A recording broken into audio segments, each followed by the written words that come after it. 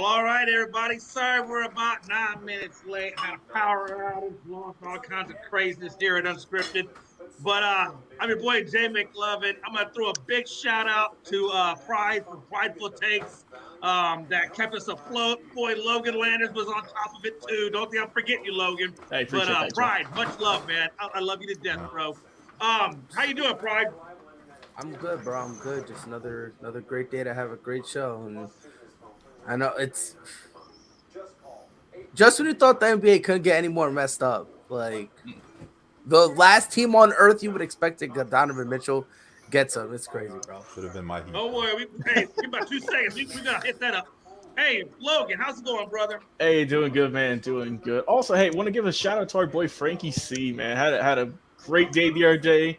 You know, and happy for him and his lovely family, and ready to get this show going, man. Yeah, absolutely. In case I don't know, he did have a baby girl, Carson Jane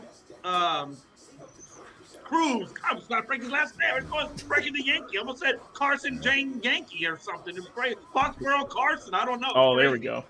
But again, congratulations to him, his beautiful wife, Caitlin, and the rest of his family on their beautiful newborn coming into the world today. Big shot, Rob, man. What's up, brother? Yeah, what's going on, man? Yeah, congrats to Frankie. I know he was sending some messages in the Facebook Messenger. We need to get it together. So yeah, it looks like everything's good with the show. And yeah, I'm excited, man. Talk about the Donovan Mitchell trade that just happened and everything else going on. We're officially 1 week from football. The NFL regular season started 1 week away. That's true. We are 7 days out, and currently I am projected to kick the crap out of Logan. What a time to be alive. But hey, man, we're going to get into this thing. Speaking of Donovan Mitchell, as you know, he was traded to the Cavaliers when the R.J. Barrett thing didn't fruition there. And, of course, the Knicks wound up giving him the big contract. Then they went on to Utah, and they went on to Cleveland and got Mark Cannon, Agbaji, I can't say that guy's name, Agbaji, something like that, Sexton, yeah.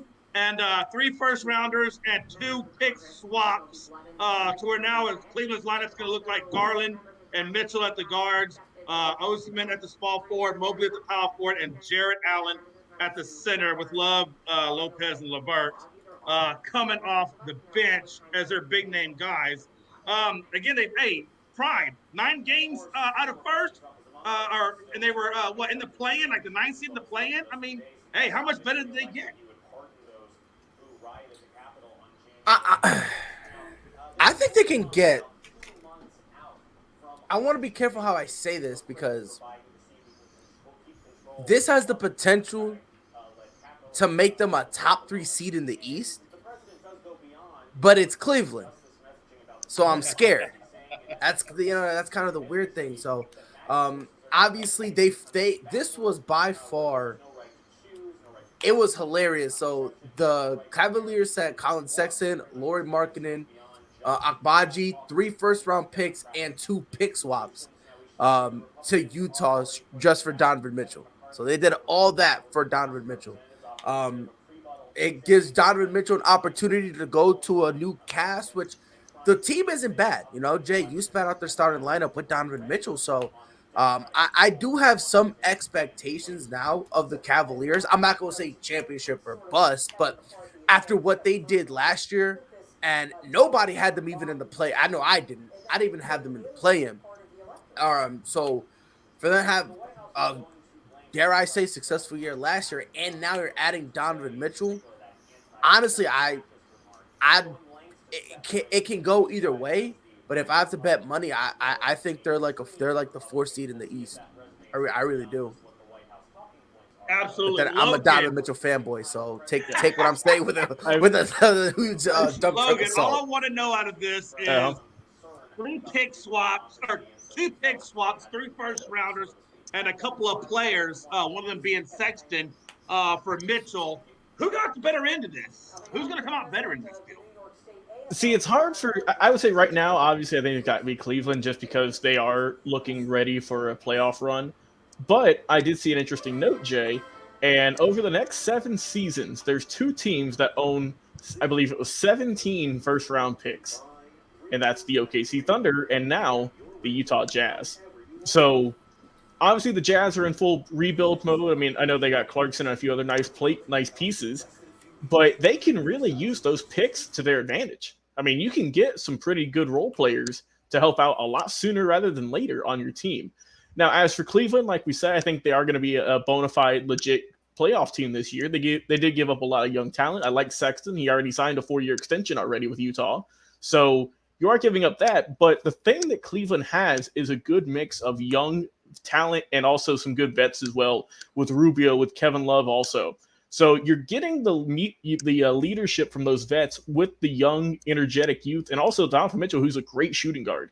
So I'm gonna rock with Cleveland getting the win in this one because I think they're gonna be looking good for quite some time. Absolutely. Big shot, Rob. So you know that basically Utah is cleaning house. They obviously the coach resigned, went somewhere else.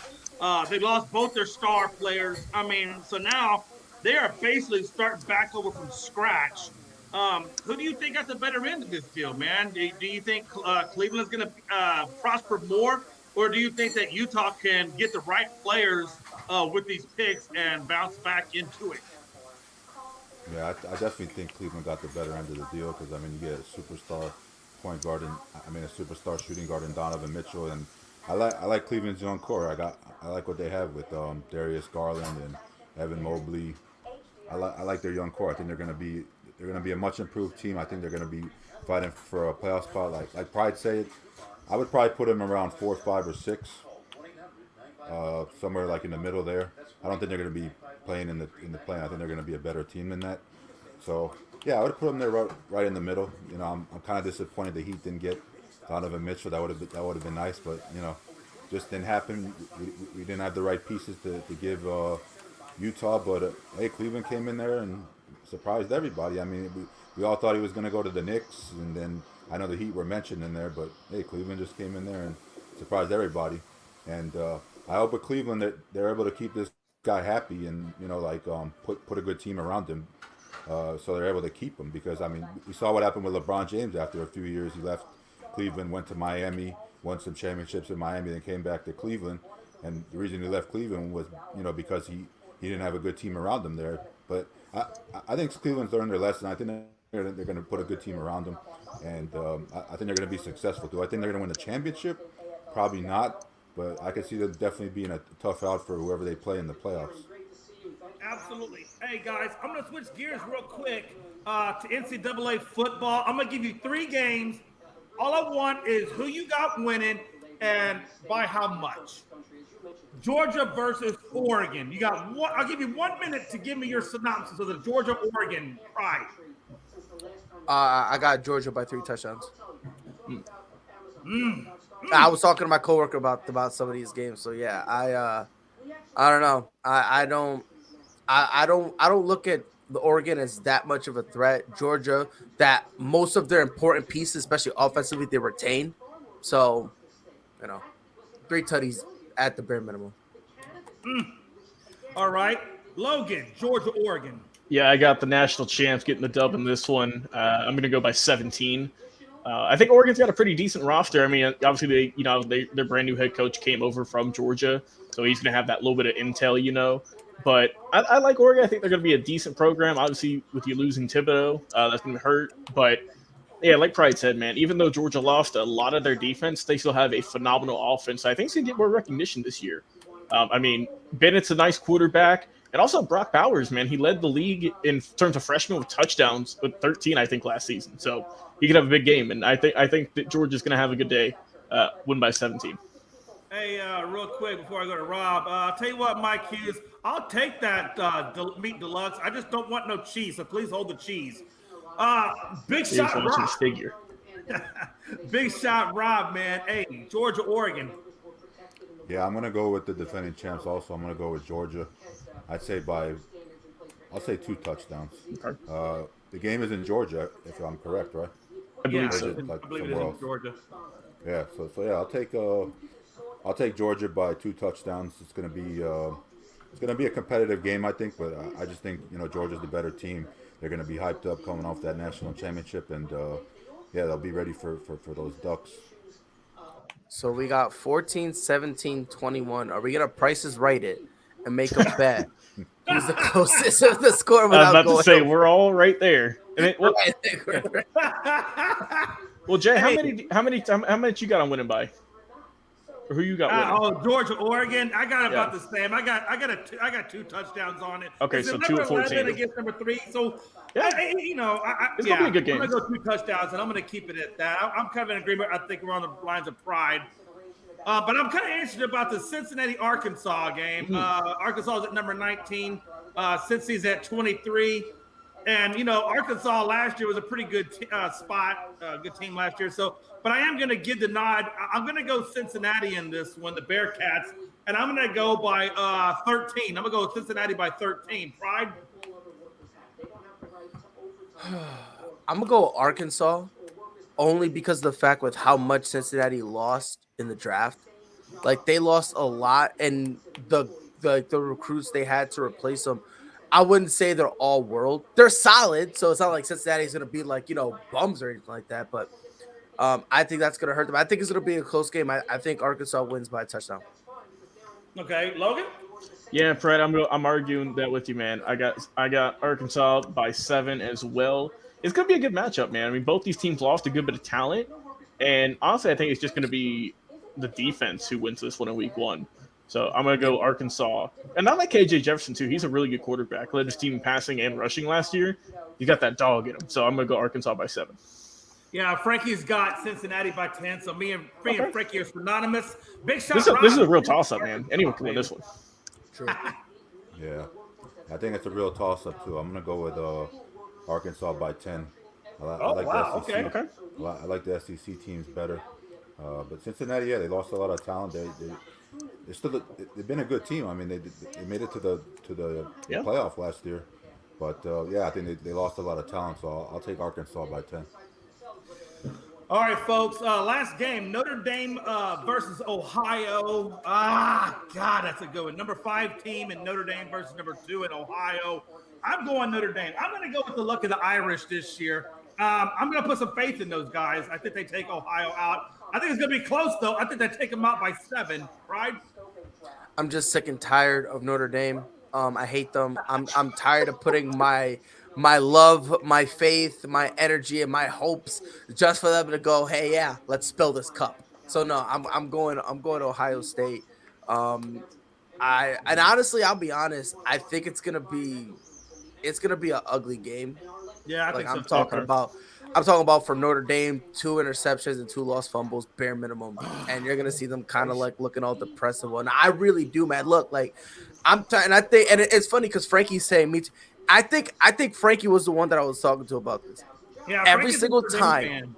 every time you put a little bit of faith in Notre Dame, every time, and you say, yo, this is the game y'all should win, they fold every single time. They've been doing that for like the last 3-4 years that people have actually been paying more attention to. So I got Ohio State.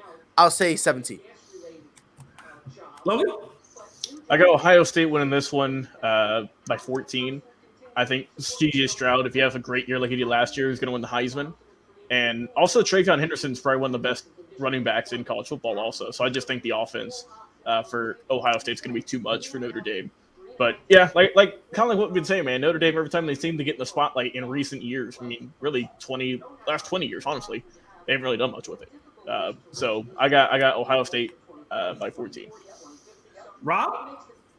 I can't really stand either of these teams because I'm a Miami fan, so I hate both. I can't stand Notre Dame. They called us convicts, and I can't stay in Ohio State after that national championship all the way back in 2002. But I'm going to go with my head, and because Ohio State's playing at home at the good old horseshoe, I'm going to take the Buckeyes by 21. I think they're going to romp over the Notre Dame Fighting Irish. I can't stand.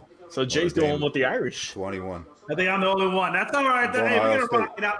Yeah, it's all right. Hey, before I get on to this last thing real quick, I want real fast, just raise your hand. Hey, does anybody have any upsets Thursdays, Friday, or Saturday's games? Ooh. I could see Purdue beating Penn State. Penn State, yeah. I could see that as an upset. That's tonight. Yeah, honestly, that was actually the first one that I actually kind of thought about in terms of upsets. I think this gonna be a reach a little bit, but I don't even care. Colorado State. Oh, I and think Michigan. they have it Ooh. against Michigan. I think they have a legitimate chance. Colorado State over Michigan. All right, hey. I think. Don't. I'm just saying. I think it's more possible than people are making it out to be. Hey, you know, Pride, since you're throwing something out there outlandish, I'm going to throw something too. Ooh, go ahead, Logan. Georgia Tech lost by a touchdown last year to Clemson. They might do it this year. Oh, and Clemson's number 4. I'm just saying they made a lot closer than what they usually get by, which is, you know, beaten by 40. So it could happen, man. All right, so we got Pride's Penn State winning. We got Logan with Georgia Tech over Clemson. And then what do you got there, Big Shot Robert? Do you have one? Yeah, I think Purdue is going to beat Penn State. I think that's a possible game they could win. I think they're playing at home tonight, so I'm going to go ahead and take Purdue. There's also 2 games going on right now. Just quick update. Central Michigan, Oklahoma State tied 7-7 first quarter. And then the backyard brawl, West Virginia and Pittsburgh are tied 0-0. All right, hey, last thing I want to talk about before we actually get into the actual official topics is, as y'all know, Saints Marcus May was arrested for aggravated assault with a firearm. Apparently, if the allegations are he was having road rage, he was in his black SUV. They didn't say what these young juvenile females were doing in their car, but apparently it was enough to make him brandish a weapon and point it at them. And so now, you know, he's going to have to deal with that. Also, in 2021, he still has to deal with a DUI and leaving the scene of a crash. So he's got now aggravated assault and a DUI and leaving the crash, 2 different court cases, several different charges working against him. And he's a strong safety, the starting strong safety for the Saints. I mean, come on, man. Why are you putting a gun at anybody is stupid. Number 2, come on, they're freaking females and juveniles. I'm just saying, I'm going to leave it at that. Pride, oh my God, is his career done? I mean, what the hell? I mean, come on. On paper, should it be done? Sure. I mean, you know, the NFL. I mean, let's just keep it a buck. Who cares? Like, you know what I mean? Like, they're gonna try to brush it under the rug. Now, the difference between what happened when he had his DUI when he was with the Jets and now, when he had his DUI with the Jets, there was no way he could. He basically admitted it because he kind of knew the writing was on the wall. Absolutely. This time, he's saying these allegations are not true, and he's fighting these allegations. Whether or not it comes to light, the truth comes to light, who knows? But, dog, you're brandishing your weapon against kids, bro. Like, just punch them. You know, they're kids. You know, like you could beat up like 15 kids before it gets too bad, bro. You should have done that. But honestly, with it being honestly, the only reason why I say no, Aqib Talib had a gun and shot himself. Yeah. Do with that information as you will. So no, I don't think his career is gonna be over. Yeah, I don't think so either. And again, I guess Logan, based off of that information, is the NFL just so damn lackadaisical to these thugs brandishing weapons and leaving crashes and all the craziness that's going on? I mean, is the NFL just too lax against these guys? I mean, they've always been lax against any crime, I think. I mean, it is a very rare occasion whenever the vast majority of people agree with the NFL's rulings. They're very lenient. They're very light with their punishments. I mean, You saw what they did with Deshaun Watson, right? They gave him they put out something. They said, you know what, that's not enough. And come on, but I think he'll get suspended for a few games. Obviously fined, but I don't think his career is going to be done. I mean, is it a stupid decision he made? Of course. And are the Saints probably rejecting that 3-year, $28.5 million deal he signed right now? Are they kind of a little sick of that right now? Of course. So, I mean, it ain't off to a good start. And, with the Saints having a pretty good roster ahead of them right now, this doesn't help your chances this year. It really doesn't. I mean, losing one of your best secondary players.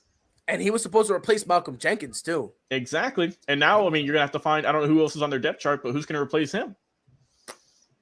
for at least a few games. I'm thinking. Big shot, Rob. It seems like out of baseball, basketball, and football, it seems like most of the issues, and maybe it's just this is most we hear about, but most of these damn issues seem to be more with the NFL than all the other sports. You know, I mean, what's going on? I mean, we got punters out there gang raping 17-year-olds at college. Now they're playing. Now they're not playing. I mean, now we got guys putting guns at young girls. I mean, what's going on with the NFL, man? I mean, is it time for them to take a hard stand to clean the sport up? Are you muted, Rob? He made a great point. I heard what Rob said. He made a great point. You can read lips. Yeah, all these guys, they're grown-ups. They're adults, man. So they need to be responsible for their actions, like what they do. You know, they're getting paid millions of dollars, more than what the average person makes. You know, and they have to control what they do. You know, that they're not out of control. I mean, they have to just control what they do. This guy, I mean, he's almost 30 years old, so he's not like he's 19 or 18 or whatever. You know, just coming into the NFL. This guy's been around, so you know, yeah, it's unfortunate, but yeah, I'm sure the NFL will hand him down some type of penalty. He'll miss some games. I don't know, maybe give him a fine or something. We'll see. We'll see what happens. I got like a 4-game suspension. Nothing too crazy. Disappointing for the Saints. I don't think Kamara is going to get anything until maybe next year. So we'll see what happens with that. But yeah, it's definitely disappointing for the Saints secondary because they do have a pretty good defense. Yeah, absolutely. That's kind of what I was wondering. Is if he does have to make games, you know, what's it going to do? Like you said, to their secondary, they just brought in Tyrann Mathieu. They had a pretty good thing going, and this pops up. So off to a good start. Trying to be alive. All right, folks. Last thing I guess I'll point out real quick. Well, no, we'll say that for later because we only got about a minute 11 left. So we'll get into it now. Hey, real fast. Hey, so Russell Wilson just got the 245 over 5 extensions, something like that. It works out to be like $49 million a year, which puts him just underneath Aaron Rodgers by maybe $900,000 as, you know, being tied for the most in a year. My question to you is this, not so much about Russell Wilson as it is about Lamar Jackson. He still has not gotten his contract. What does it mean for Lamar now?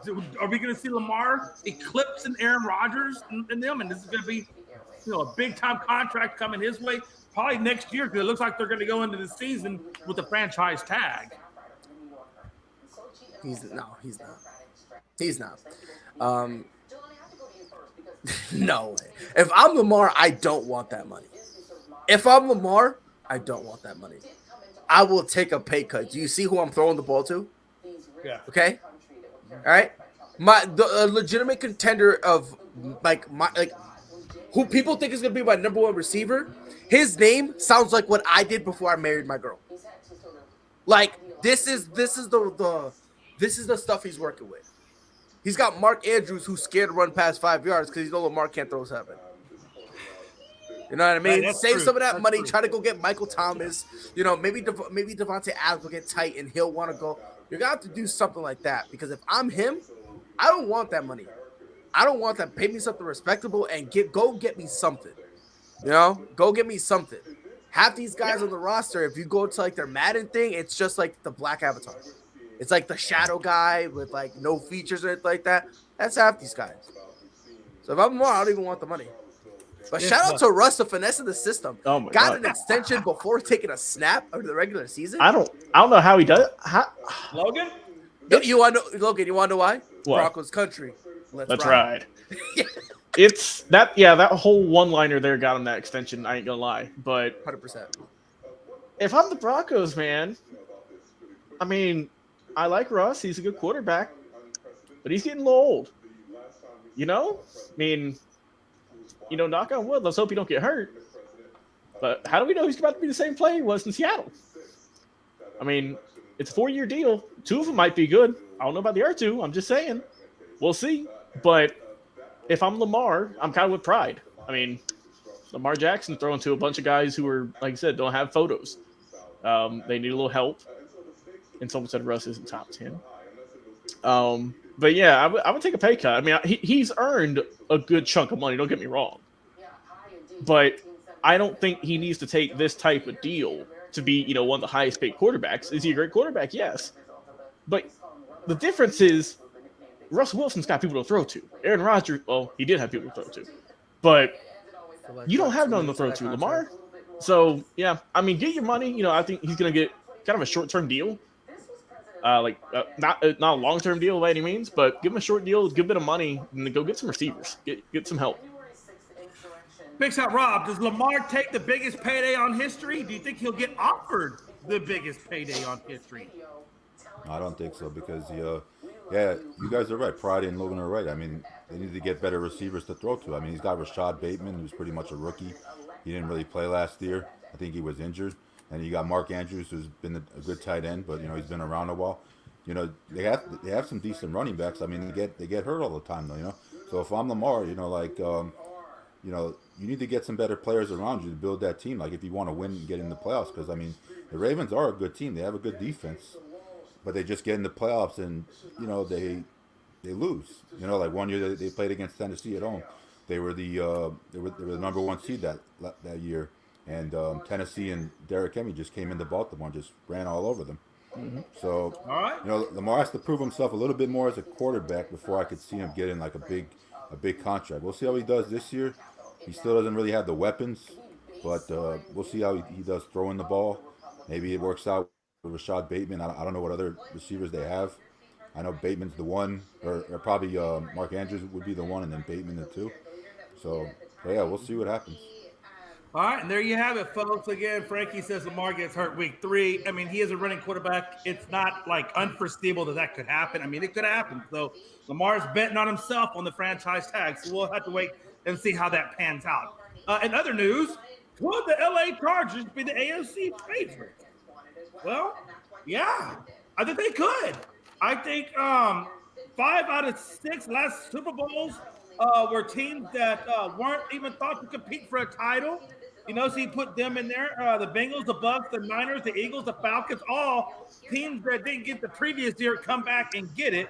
9-8 last year, but made changes to the defense to reach the Super Bowl. I will tell you this. It has been said that Justin Herbert stays 1.5 hours after practice throwing routes repeatedly, trying to perfect his craft.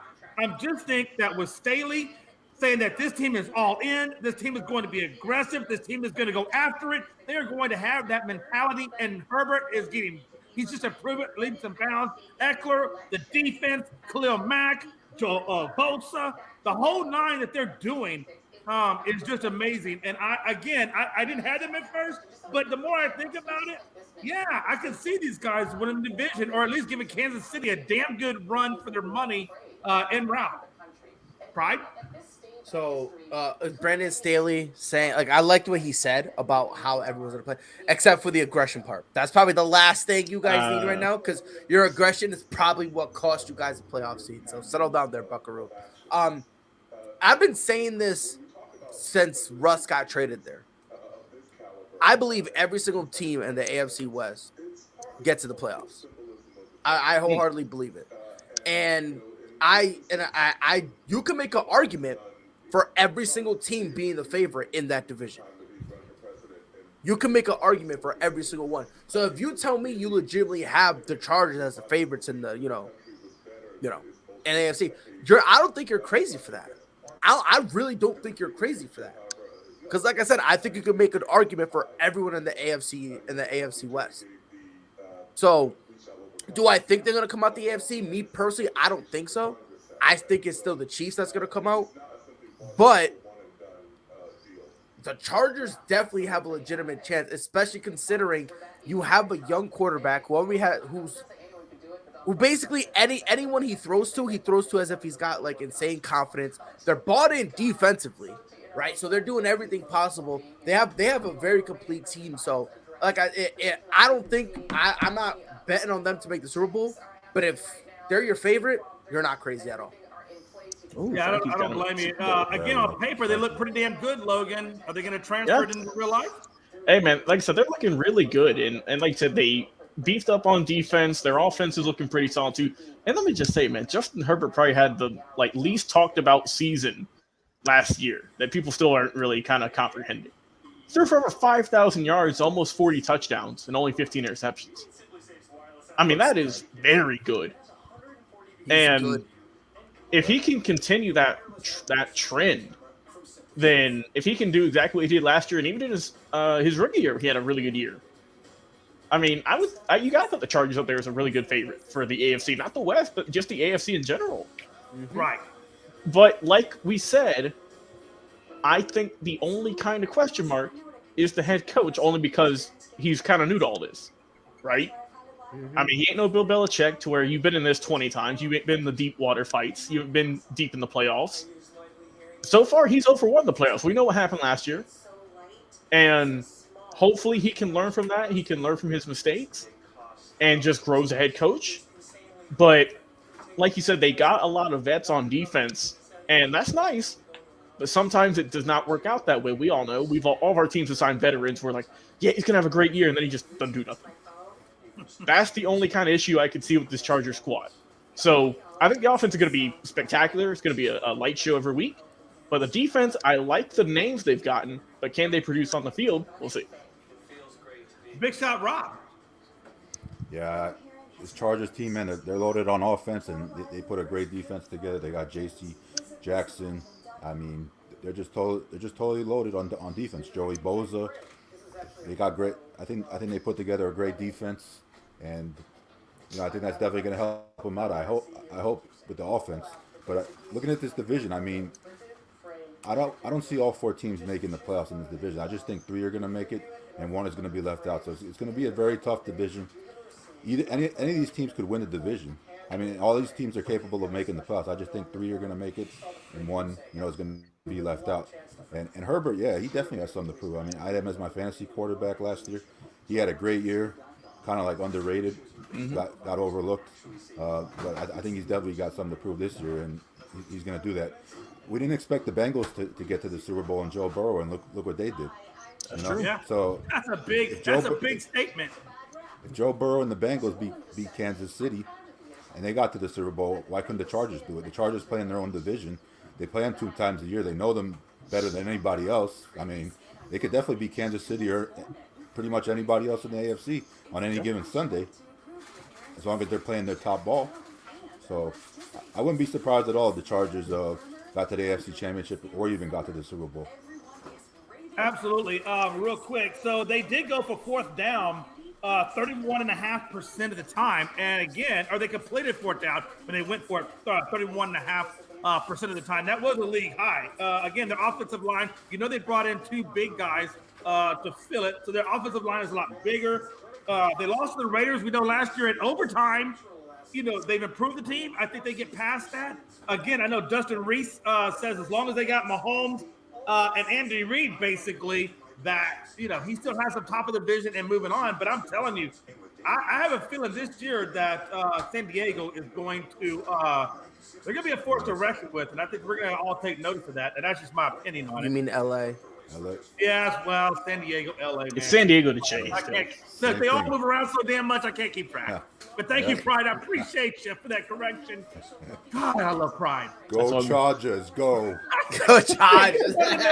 Topic, Logan. Man, you're an hour and a half behind. Come on. We got you.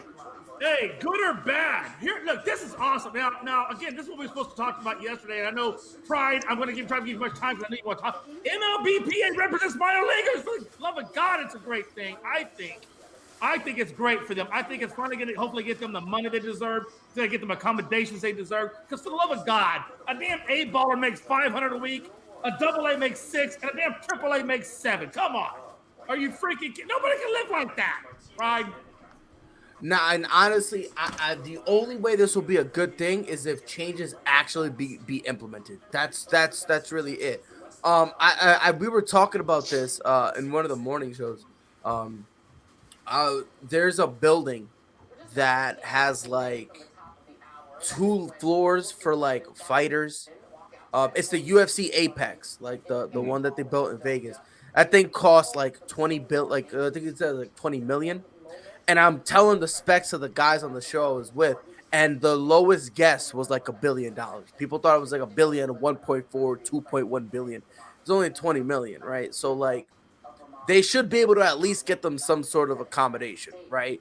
Now I'm not saying they're gonna get $1 million a year, right? But can we give them enough money where they don't have to apply for food stamps? Can we give them something where they don't have to sleep in their car? Right. Can we do something like that where they don't have to live on ramen noodles, like the instant ramen, until they end up, making it to the big leagues? Like, I love the fact that they're doing this. I just hope that they actually do something with it. That's it. I agree. That's it. Just, 100% agree. you know what I mean? Just make sure you actually get the accommodation and the help for these guys because they deserve it. Yeah, right. Now, some of the big guys, they will get those big, enormous, signing bonuses, right? Like if you go probably 1 through 15, you'll probably get a really nice signing bonus, and you can live off that. But not it. But I guarantee them later rounds, like them damn near at the bottom rounds, those guys are sucking win. Logan, the guy in freaking Walmart pulling overtime makes more money than probably a guy in AAA ball. How crazy is that? And like you said, I mean, could you imagine how a 6th round pick feels whenever they see the guys in the major signing $500 million deals when he's making maybe $500,000 in his lifetime in the minors, if that? And I mean, it was just, I think, earlier this year where they just said, okay, we'll help you guys get housing. It's like, you just now thought of this, and baseball's been around for how many years? Exactly. Over 100. Right. And you're just, I mean, they cut a lot of minor league teams. Don't get me wrong. Like, a lot of them left during COVID and whatnot just because they didn't have enough money for all of them. But I just don't understand how they can give one player $30 million a season, but you can't pay your whole minor league farm system $10,000 a year or something like that.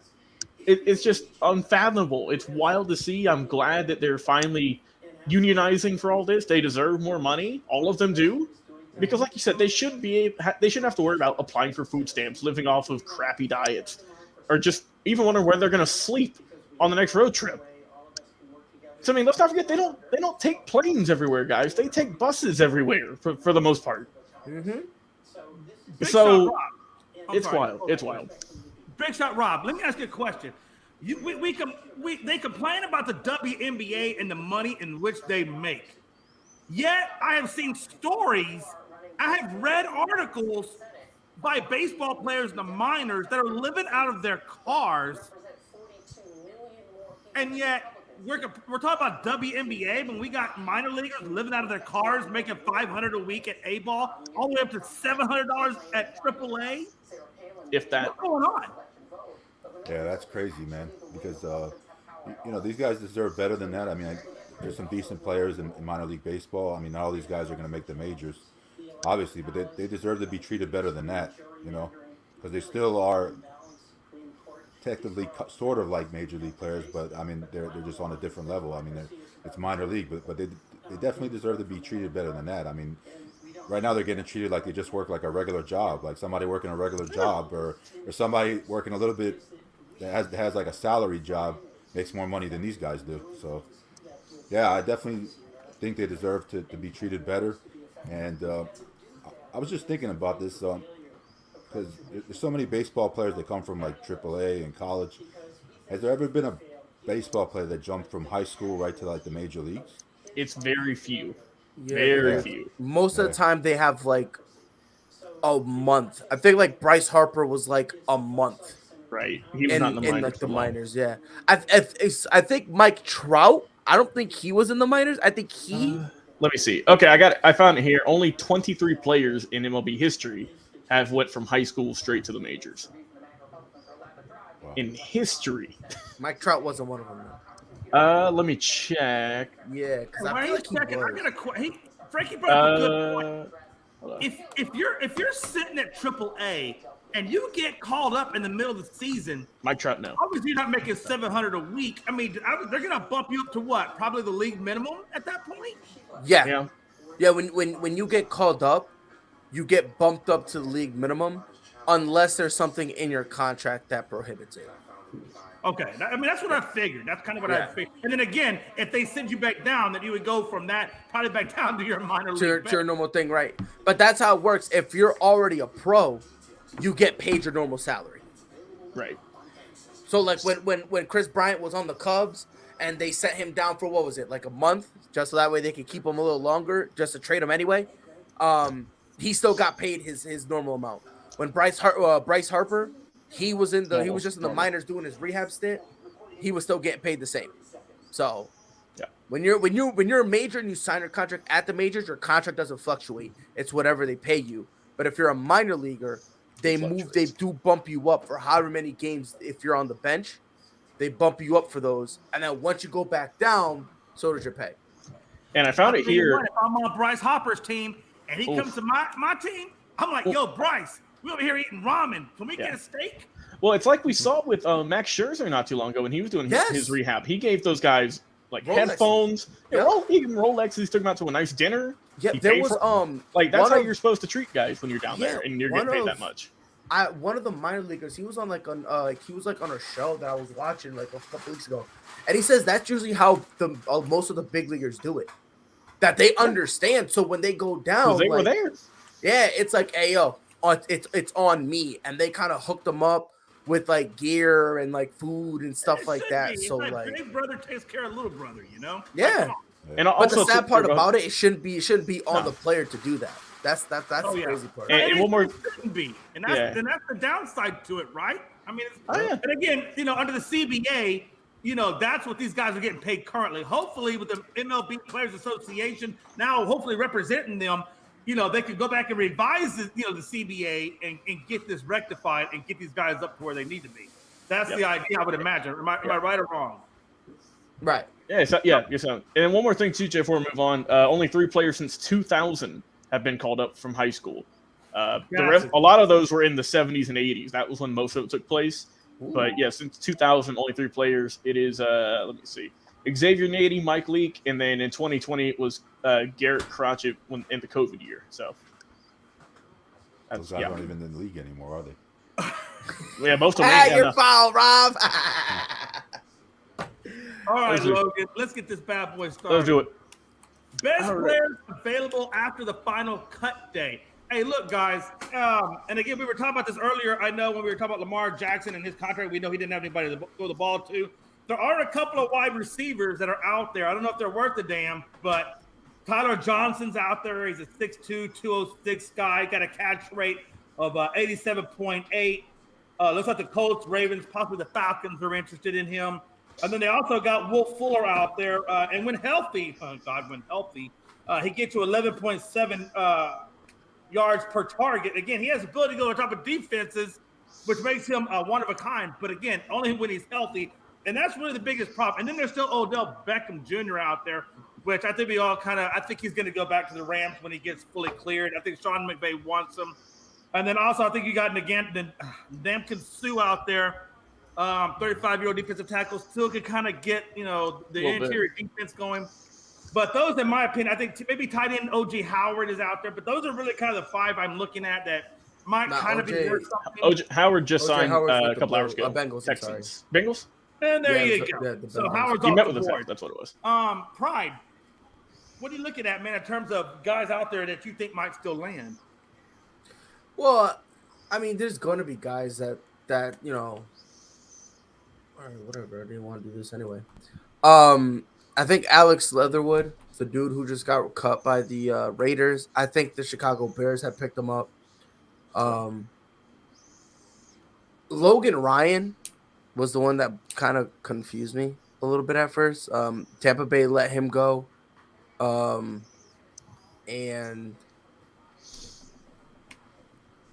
they say the purpose of it was to end up having Ryan Jensen get put on the IL so they could re-sign Logan Ryan. But Logan Ryan is talented, so if he's smart, he goes and if I'm him, I would go out and test to see what you can get. Odell, you say he's going back to the Rams. I think he ends up with the Packers. I think they're gonna need something of a number one, right? Because right now the 3 best wide receiver they have is an old Randall Cobb, Al Lazard, and Sammy Watkins. That's like their big 3 right there. So, I could see Odell kind of taking cheap money to like a prove it deal and going to a situation where, you know, I'm going to get touches and all that stuff, you know? So I think that Ndamukong Suh is kind of, I think he's done. I don't think anyone's really going to want to pick him up. But in terms of like like who else really is left? I mean, the only really player I'd be watching is Kellen Mond after the Vikings let him go. Only for him to go to Dallas, because Dallas has no one other than Dak Prescott at quarterback. Like, if heaven forbid week 1 Dak Prescott goes down, they're throwing their punter out there because they have nothing else. So that's really it. But I mean, other than that, I don't think it's anything like, you know, crazy with talent. So right at this point, Logan. Yeah, Frankie said. Let me see. He said Howard isn't with Cincy. He signed with the Texans. And he said that Ryan went back to Tampa. Yeah, I mean, I think Leatherwood got cut. Looks like he's going to go with the Bears. They do need some help on the O-line. Yeah, I like where the Mon to Cowboys. That'd be a good fit. I think Odell goes either 3 teams, the Rams, the Packers, or the Ravens. Because we already talked about the Ravens and how they need a little bit of help too. Also, too, someone who just got cut earlier today, Blake Martinez, linebacker, got cut. 28 with the Giants. He's no longer there, so he's going to be scooped up pretty soon, I had to imagine. And also, too, another kind of aging receiver we haven't heard about in a while is T.Y. Hilton. He's out there also. So he could sign somewhere pretty cheap, help out a team if you need him to. Like I said, it's a lot of receivers for the most part that are out there. And, you know, obviously a good bit of O-linemen. But, yeah, those are my few guys there. Big Shot Rob. Yeah, we got Cole Beasley out there. Yep. I was thinking maybe go back to the Cowboys. Cole Beasley, Emmanuel Sanders. Those are just a couple names to throw out there. And I'm looking on Bleacher Report at the 10 best available players after cuts. Let me see. You said O.J. Howard went to the Bengals, right? Well, Frankie he signed with the Texans. He signed with the Texans. Okay, yeah, he was out there. He visited the Bengals. Yeah, he visited. Okay, we got Sheldon Richardson. Did he get signed? Wow, yeah. He's a free agent. Best fits for him would be either Cleveland, San Francisco, or the Carolina Panthers. And then you have the Eagles released safety Jaquiski Tart. And they're saying this guy, for him, the best fits would be San Francisco, New York, and the Minnesota Vikings. And, Jay, I think you mentioned Tyler Johnson, right? Yeah. Mm-hmm. No, I did not, actually. I did not. You didn't mention Tyler Johnson? Yeah, the Bucks. Yeah, Tyler Johnson, I did. I apologize. I did. So his best fits would be Atlanta, Baltimore, and Tennessee. And then, obviously, Logan already mentioned Ncaa Football, so I'm not really going to mention him. You mentioned Fuller already. Oh, Eric Fisher's out there, too. Oh, offensive tackle. I forgot about him. Yeah, that Colts offensive lineman. Hello, Dallas Cowboys. Could you please listen to that? Because we still need linemen. You need a little help. Fisher's out there. You got the safety Anthony Harris still out there. And looks like tackle guard Darrell Williams from Buffalo. And then we already talked about Odell. So those are considered the top 10 guys that were cut that are available out there. All right. We're going to keep the show moving. Rogan, what's our next topic up for bids? All right. We got your boy, Jay. Verlander. Yep. Verlander's on the 15-day IL. Is he still a Cy Young favorite? Listen, guys, I think he still is. Just because he's giving you 19 games, in the books, and he went 16-3 in those. He still has, when he comes off of injury, he should still have 3 more games left to play. So there's a potential he could go 19-3 to finish out the season. But right now, again, he's 1.84 on the ERA with a 0.86, less than 1 on the WHIP. And I think that's something we have to take into consideration for that. The good news for him, thank God, is he had a fascial disruption, not a muscular fiber disruption.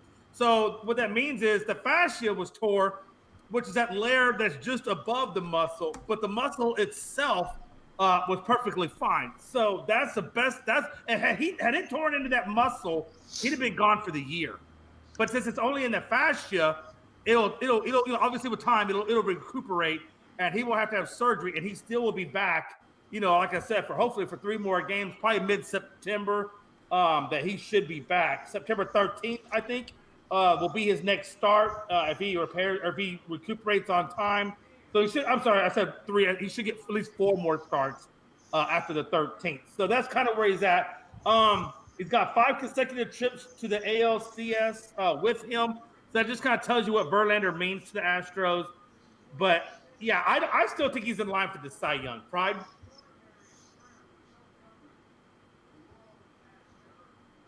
Right, you muted. I was muted. My bad. Yeah, my kids were in here screaming up a storm earlier. But yeah, I think definitely without a shadow of a doubt. Right now, he has 24 games started, right? And he's probably got he could probably get 2-3 more starts, right? And it's like, I don't think it's anything crazy because who won the Cy Young last year? Shane Bieber, right? Or no, I'm sorry. It was Robbie, and he pitched. What was it? Last year, 32 games, something like that. Oh. So it's like if Scherzer can get to 28, I think it's justifiable. I don't think it's anything crazy. Combine that with the fact that he has an ERA under 2, 16-3. I mean, that in and of itself should give you more than enough to give him the nod. Even if he doesn't pitch the rest of the year, in my opinion. If he doesn't pitch the rest of the year, he's still getting my Cy Young vote. Because here's the question. Let's say you don't give him the AL Cy Young. Name me another pitcher who's done what he's done. Thank you for coming to my TED Talk. There's literally no other pitcher in the AL you can make a compelling argument. Logan's trying. You're going to fail. Rob, keep looking. You won't find nothing. Because it's just Justin Verlander or bust. So, not only do I think he's still a favorite, I think it's his to lose. In all honesty, right? No, I agree. And again, and to that point, Logan, he did have a game where he went 6 perfect innings. I mean, perfect. No walks, no strikeout, no walks, no hits, no nothing. And of course, they had to take him out because at that point he was damn near at 100 pitches. But again, I mean, the guy is just, lightning. 0.86. That means you're not hardly ever getting on base with this guy. Logan, go ahead. Yeah, I think he's got this, even if he is on the IL for a little bit. He's had a great season, and like I said, there's no one really even close to him in terms of the AL Cy Young. I mean, it's him only because the Astros are far and away the best team in the AL, and every other team who has a good pitcher either has a mediocre record or it's just not as good, right? I mean, Dylan Cease is nice. He's had a good year, but the White Sox are mediocre. McClanahan also with the Rays, they're kind of in the middle also. So, I mean, yeah, I think it's Verlander to take. And even if he misses a few starts, I still think in the almost 25 games he's had a really good body of work. And I don't think they should penalize him for missing just a handful of games, especially this late into the season. So I think he'll take it. I think he'll get the Cy Young again and continue his amazing just kind of, his run after all these surgeries and just getting older. I mean, hey, it's impressive. Oh, no, I definitely agree. Big shot, Rob. Yeah, it's amazing what this guy's doing, man. He's 39 years old after missing almost 2 seasons following Tommy John surgery. His major league leading ERA is obviously 1.84, 3 scoreless innings before he exited last Sunday. And, he has 16 wins right now, tied with Atlanta's Kyle Wright and Los Angeles Dodgers right-hander Tony Gonsolin for most of the majors. So this guy's age, I mean, what he's doing is just very impressive. And, yeah, he's definitely going to get that AL Cy Young Award. And I don't see this guy really slowing down too much at all. And, the Astros are one of the best teams in the AL. And, once they get this guy back, he'll be ready to do his thing in the playoffs. Absolutely. All right, we're going to move this bad boy along. Good job, Verlander. Let's go, baby. Let's stop it. I knew you had to get in there, Jay. Oh, great. Gruden says that, hey, I'm a good person regardless of the email. Okay? So he hopes to get another shot, he says. He lost his job last October. Should have lost it, in my opinion, regardless of emails, when you blew up the Brady Gronkowski thing. In my opinion, you should have lost the job then. But either way, let's look at the emails. He spoke on Tuesday at Little Rock Touchdown Club there in Arkansas. He said he's ashamed of what's come out in the emails. He says he goes to church. I've been married for 31 years. I've got, 3 boys. I still have a love for football. I've made my mistakes, but I do think that there's nobody in this room here that hasn't. I think you should give me this. In my best Joe Pesci voice, I think you should give me this. He's in the emails, he's had racist comments, he's had anti-gay comments, misogynistic comments, 10 years, $100 million contract the guy was on. Gruden was messaging at that time, Washington executive Bruce Allen. 650,000 emails were gone through during the Washington Commanders investigation. And out of those 650,000 emails, the investigation basically posted or reported to the public only the emails that was John Gruden related. The lawsuit is about him being singled out, is what the crux of it was. And he says that there's a misunderstanding out there about what was heard and what was read. John, for the love of God, man, if you put it in writing, you gotta go down. And that's just my opinion. But you should have been fired when you blew up the Gronk and Brady trade. I'm just saying, who else would blow that up? I mean, come on. Right. Disrespectfully, I can't stand this man. If I were to ever meet him in real life, I would spit on him. I've never in my life met someone who lacks so much knowledge when it comes to football. He's an average coach at best with a big mouth. That Super Bowl he won in Tampa he didn't deserve that ring. That's Tony Dungy. Tony Dungy put that team together. And it was the veteran that Tony Dungy put in place that carried this cesspool of a coach to a Super Bowl. Say that again about Tony Dungy. One more time, what's your chat? No, because I'm sick of this false narrative that supposedly John Gruden is so good. That John Gruden needs to send that ring to Tony Dungy. I don't care what anyone says. Amen. Because that's Dungy's ring. Absolutely. That's Dungy's ring. Okay? And Jay, I think I told you this. John Gruden, when he went over there, was just Barry Switzer when he took over for Jimmy Johnson. Yes. That's all he was. He was just there. He deserved no credit for the wins and no fault for the losses because he was just there. They just needed a coach, and they just stumbled and accidentally said his name 3 times in the mirror, and he appeared. Okay? That's it. All right? Notice how he didn't apologize for what he said. He apologized for what was found. So that in and of itself tells you that he definitely said more. But does he deserve it? No, he doesn't. And I'm not even talking about from the email point of things. This is not a good football coach. This is not a good coach. This is an average coach at best with a big mouth. This is why I hate him so much. He reminds me of me, and I hate myself. Right? Mad average, and just speaks loud to hide his ineptitude. Me and John probably gonna get some drinks after this. But honestly, he doesn't deserve another chance, and it has nothing to do with the emails. John, you're not good. You're just not good. That's just the unfortunate reality of the situation. And you can tell you're not good because in the midst of you leaving and their best wide receiver going, Derek Carr somehow made that team stay. The same Derek Carr you wanted to get rid of and replace with Marcus Mariota. Do better. You're an idiot. Go home. You don't deserve another chance. You're stupid. Get out of here. Go ahead, Logan. I agree with everything you just said, Pride. Literally everything. Logan. To your point, Pride, about the whole he's not a good head coach. It seems like he was more of a personality than he is a coach. Am I right? Yes. Without a shadow of a doubt. Yes. Am I right? Because he's the anti-Belichick. After he got fired in Tampa, where was he at for many, many years? On ESPN. Coaching, I'll tell you that. He was on ESPN doing the little highlight plays about the quarterbacks, and he was fine with that. That was cool. But then he came back to coaching, and he ruined the franchise.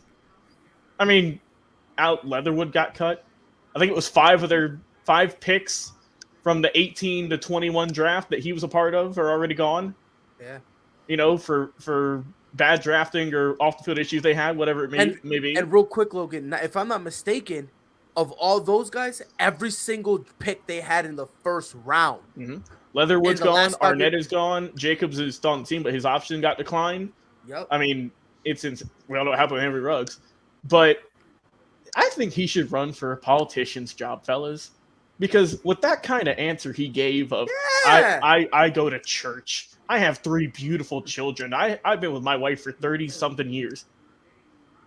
Okay, cool. But that's not about what you said in these emails, bro. What does that have to do with anything? Yeah. Yes, we all make mistakes. Like, everyone is aware of that. And you made a really big mistake, multiple, talking about a lot of different communities that aren't a big fan of you anymore. Maybe not even to begin with. Communities that were on your team.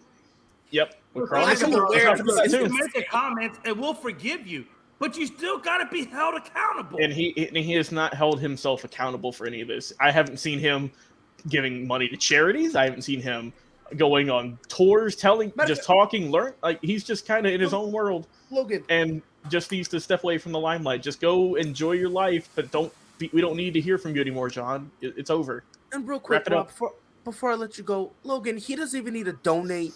He doesn't have to go to a charity. He doesn't do any of that. Just look in the mirror and do what Bill Clinton did. I got caught. I done goofed. I beg for your forgiveness. You do that, and maybe we'll all right, I'll go on this ride with you. Just apologize.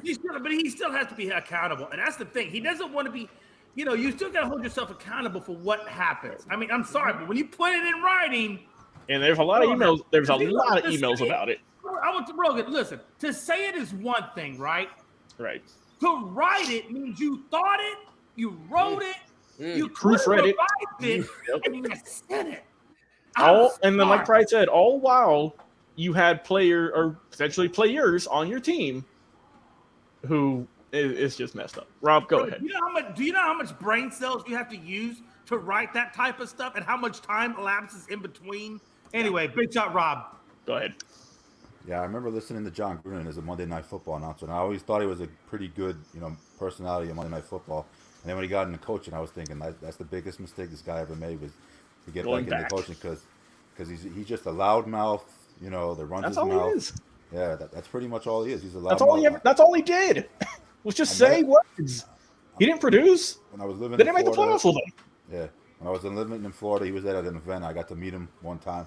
Seemed like an okay guy, but it always seemed kind of like shady to me. It's like this guy might be hiding something, So that's pretty much how I feel about him. He's definitely not gonna ever coach in the NFL again. Nah. And I agree with Pride about that title he won with Tampa Bay. That was pretty much Tony Dungy's title that he won there. So yeah, he's done. And with these emails, it just proves he's not a very good person. He might think he is, but he's not. So Jay, can we stop with the John Gruden stuff, man? I'm tired of them. I'm so tired of him. Oh yeah, you're a Raiders fan. He makes me ashamed of this on my wall. He makes every time I hear about John Gruden, I just look at this flag and I say, "Wow, I'm so glad you're not on my team." You're just mad because he's got a Raiders cap, and I would be too. Look, to be fair, I did pick the photo, Jay. Okay, look. Hey, listen. I just picked the first photo I found. Okay, give me a break. All right, hey man, this is kind of near and dear to my heart. What we're about to talk to next, but I don't want to get too crazy and down rabbit holes on this. But John Wall talks about considering suicide. And a lot of what he was going through, if you're familiar with that type of situation, was he had just come off an Achilles tear, so he's rehabbing an Achilles tear. His mother comes down with breast cancer, so he goes through chemo treatments with his mother to the point where he's laying on the couch for 3 days in a row, and he has not even changed his clothes because he's taking care of his mom's. And then he loses her. And then a year later, he uses his grandmother, and I understand where he's at, because he got to a dark place to the point where he was considering suicide. And I'll be honest with you. This hits close to home for a lot of reasons. I've lost people to suicide. My wife.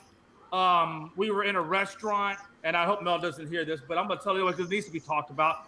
We were in a restaurant having dinner in Orlando, and she got a call from the police department, and her son had committed suicide.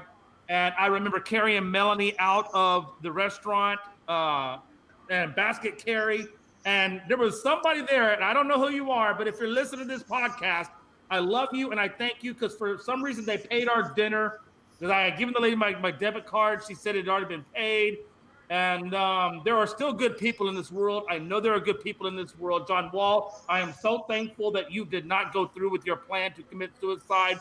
I'm glad you are still here. I myself, I don't like putting this out there a lot, but when I came back from the military and I got, processed out, I had a lot of PTSD, and I tried to take my own life. Thank the Lord, I was not successful in that venture. But I know what it's like to deal with depression.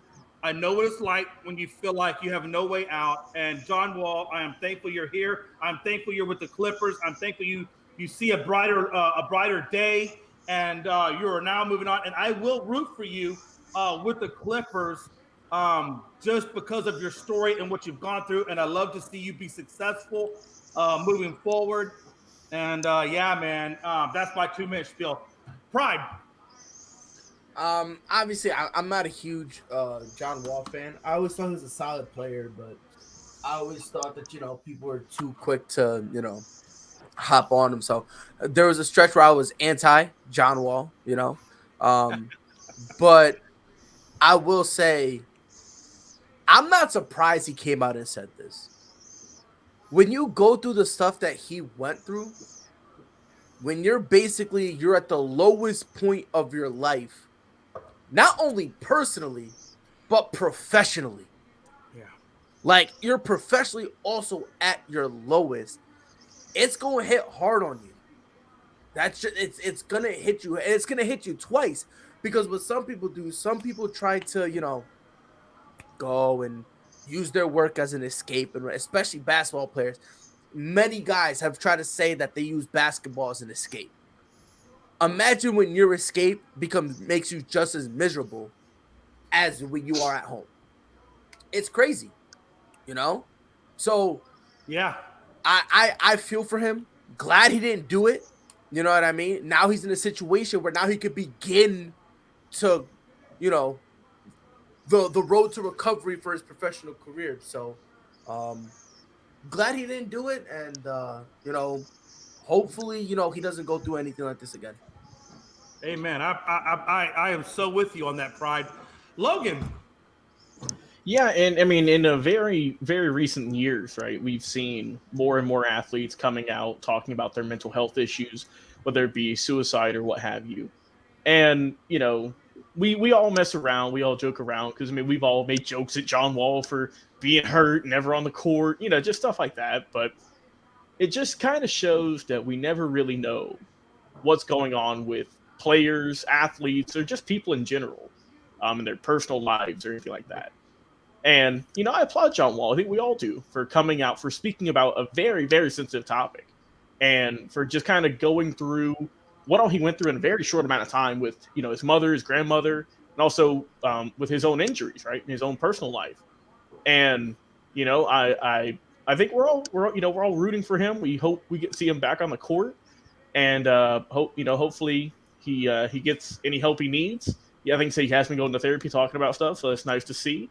And, hopefully that we see if athletes are going through this, we see more of them coming out and not afraid to talk about it. Because, I mean, that was a stigma forever.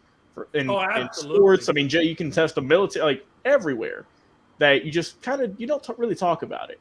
But, it does seem that in recent years, and I think it's becoming more open and accepting to seeing people more open to share their experiences with this. And I applaud it. I applaud it as well. Like I said, I'm so thankful that he is still here with us. Big Shot Rob, wrap this up for us. Yeah, I think it's good that John Wall would come out and tell this. And, a lot of people out there have a lot of problems with mental health. And, it just shows you an athlete could come out there and talk about this. And we all go through problems no matter what our situation is. I'm definitely rooting for John Wall to get better. I know he's been hurt a lot in his career, but hopefully going to the Clippers will turn his career around. He's got a good team around him with Kawhi Leonard, Paul George. But yeah, I've seen a lot of athletes, come out lately and, like Simone Biles, talk about their mental health when, at one time there was a thing where, if you came out and talked about your mental health, that you had any problems or anything like that, you were looked at as like a weak person, or you can't take care of yourself or this and that. But now it seems like it's okay to do it, because you hear like athletes and celebrities talking about it. So, for anybody out there that has like mental health problems, I mean, obviously get the help you need, go to therapy, take medications, whatever you have to do, and just don't be afraid. I mean, because you don't want to get to that point where you're about to like commit suicide. So you just have to pretty much do what you got to do. Take it one day at a time, and do whatever you need to do in recovery. Real quick, if you don't mind.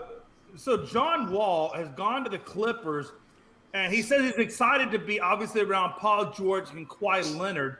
Pride, are we going to see Kawhi this season at all coming up, or is it going to be another year of no Kawhi Leonard and just Paul George?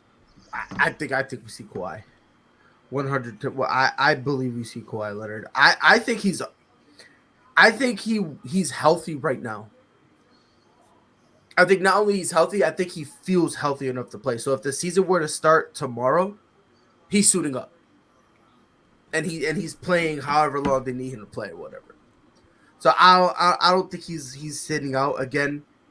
I just think it was a situation like what he said. And he's done this before. If he doesn't feel 100%, like 110%, he'll sit out.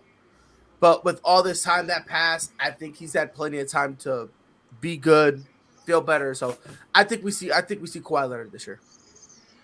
So my last question then to Logan, and we're gonna get out of here. We'll go to final thoughts and we'll get out. Logan, with the healthy Kawhi and Paul George and Wall and company, I mean, how where do we expect them to finish up before we go into playoffs? What seed?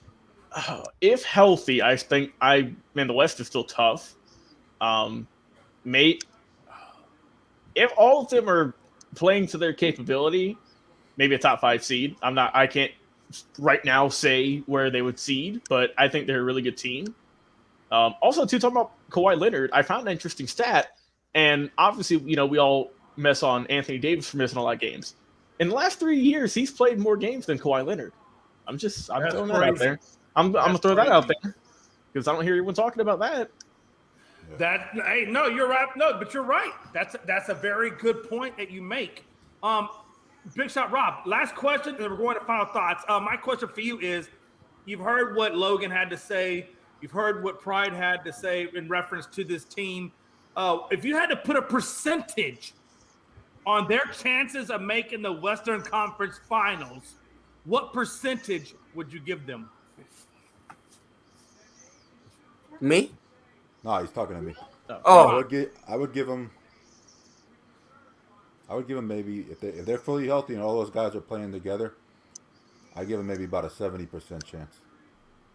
Yeah. I think if they're all right, if they're all right and they're playing together, I would give them a pretty good chance. Because I mean, the main reason that John Wall came to the Clippers was he was recruited by Paul George because they played together against each other in the Eastern Conference. So Paul George was really the one that recruited him and wanted him. And, I think Paul George is really going to, help him out. Obviously, Kawhi Leonard, I think, definitely going to help him out because he has that championship experience. But, I don't know, the Clippers, they just always seem to let, people down. It's tough to predict them, I would say probably 70, it could be 50, it could be 60, I just don't know. I mean, it's going to depend on if Kawhi Leonard plays, how Paul George looks, obviously John Wall, what they get from their bench. They have a good coach in Ty Lue, but it's like every year the Clippers, it's always like something with them. I just don't know. That's why they're the little brother to the Lakers. That's why they never won a championship. They've only got to the Western Conference Finals one time. They lost to the Suns. So, I mean, they just have to try to get over that hump. Otherwise, they're always going to be looking up at the Lakers, no matter what. All right, folks, we are at the last slide of the evening before we get out of here. We're going to go into some final thoughts. I'm going to wrap it up, and we'll get out of here. Pride from Prideful Takes podcast. Give me your final thoughts, brother. Shout out Serena Williams. I'm convinced when she plays tennis, I'm convinced she just toys with people. I think by far in terms of tennis, she's one of the most disrespectful players that you could face because I swear she just... Like, remember when LeBron went down 3-1? Yeah, Serena does that by herself to herself just so she can see if she can come back. I swear, she does that because she's bored. Like, I swear to God, it's insane. Like, so shout out to her. I just want to piggyback real quick, Rob. You said you gave the Clippers a 70% chance if everything went well, of them making the Western Conference Finals. What's 70 minus 70? Zero. Now subtract 70 for that. That's the percentage I give the Clippers for making the Western Conference Finals in any way, shape, or form. Hey, Pumpkin. So, go New England. I hope Justin Verlander gets hurt again. Oh, God. Chris Sale, please. But Chris Sale should have been what Justin Verlander was. Get hurt, come back, pitch phenomenal. Didn't want to. I hate him with a passion. Chris Sale. I'm in the middle of a rant, baby girl. Give Daddy a second, because Chris don't need to hear this. I hate you, Christopher. I hate you. And I ruined the day that we picked you up. That's all for me. Hey, Brian, I'm so with you. I think if Chris Sale had been able to stay healthy, I mean, God knows what he could have done. The poor boy just can't stay healthy for shit. Pardon my French. I apologize, but damn. Logan. Yeah, looking at the games going on right now, West Virginia is down 7-10 to Pittsburgh. They just scored. Central Michigan is getting absolute mollywop by Oklahoma State, 37-7. Shout out to their punter at Oklahoma State, 32-year-old Tom Hutton putting in work. So shout out to him. That also Wake Forest up 17-0 on VMI, which yes, that is a college. Where it is, I don't know, but it is a college. Congrats to all those students. Also, something I came across on Twitter, the FBI, yes, the Federal Bureau of Intelligence, has now questioned NFL Hall of Famer Brett Favre in connection with a $70 million Mississippi welfare scandal. From what I've just been kind of seeing, it seems that they paid Brett Favre a bunch of money for some speeches, and he did not end up making those speeches. So, broke ass. We will see what's going to happen with that. But yes, those are my final thoughts, Jay. Wow, hey, that's some good final thoughts. I gotta admit that on a scale of 1 to 10, those final thoughts are right there at about a 7 or an 8. It's kind of caliente. Okay. I'll keep working. Final thoughts. Big shot, Rob. I'm going to challenge you, if you will.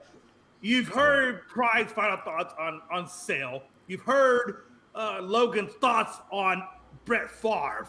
Can I get your final thoughts? And my hope is that you will scantily kill those other final thoughts. What do you got? Yeah, I don't think I can, bro. Those are tough final thoughts to do right there. But I will say congratulations to Donovan Mitchell to getting out of Utah finally. So I hope he does well with Cleveland. I mean, that wasn't a place I was expecting him to go to. But, it definitely makes the East more interesting. We'll see what happens. And my Heat are going to be wearing their throwback jerseys next year, the ones they started with back in the day. So that should be interesting watching them wear the throwbacks. And, I'm excited for college football finally getting underway. So good luck to all the teams out there, except for the ones that I hate and I, want to see lose. He said, shout out to my haters. I love it. My haters, yeah. And good luck to everybody out there with the Fantasy Football League drafts. I still got 2 more left. So good luck to everybody out there in your Fantasy Football League drafts. Hope you draft a good team and have a shot to win the championship this year. Rob, I don't know how you have so many leagues, man. You're in just multiple. You got Excel sheets with all of your teams on them to keep track? He's like a fantasy league whore. He just I'm only in 4, man. I know people in more, man. I'm in 4. I just don't. God. He's a fantasy league whore. I'm just saying. I'm his pimp. Yeah, I'm only in 1 money league, though. The other 3 are just for fun. So I see. Okay. The other 3 are just for practice. I see. Yeah, they're just fun. I wish I was in more money leagues, man. Don't we all?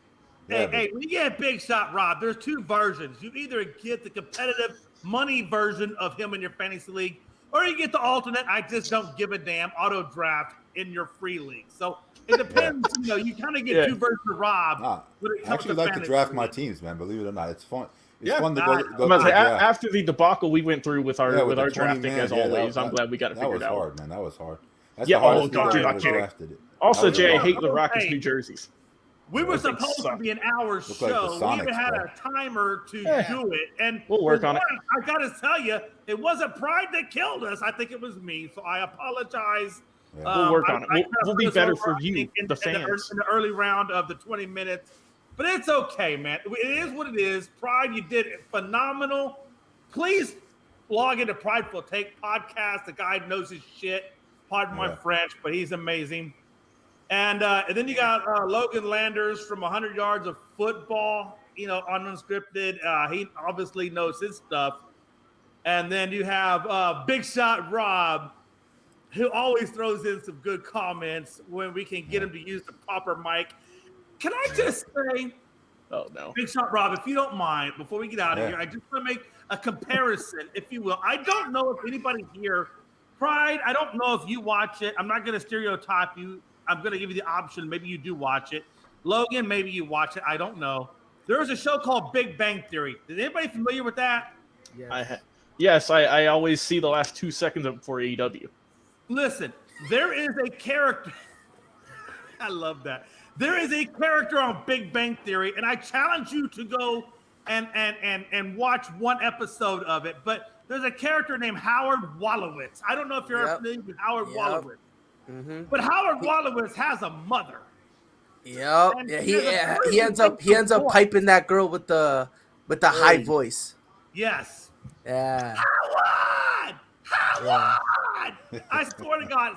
And I'm so thankful that Rob has finally found a quiet room where we don't see Mrs. Wolowitz walking in the background saying, Rob! I told you to turn off the TV! Jay, you're wild. Get us out of here, Jay. Man. Jesus. Okay.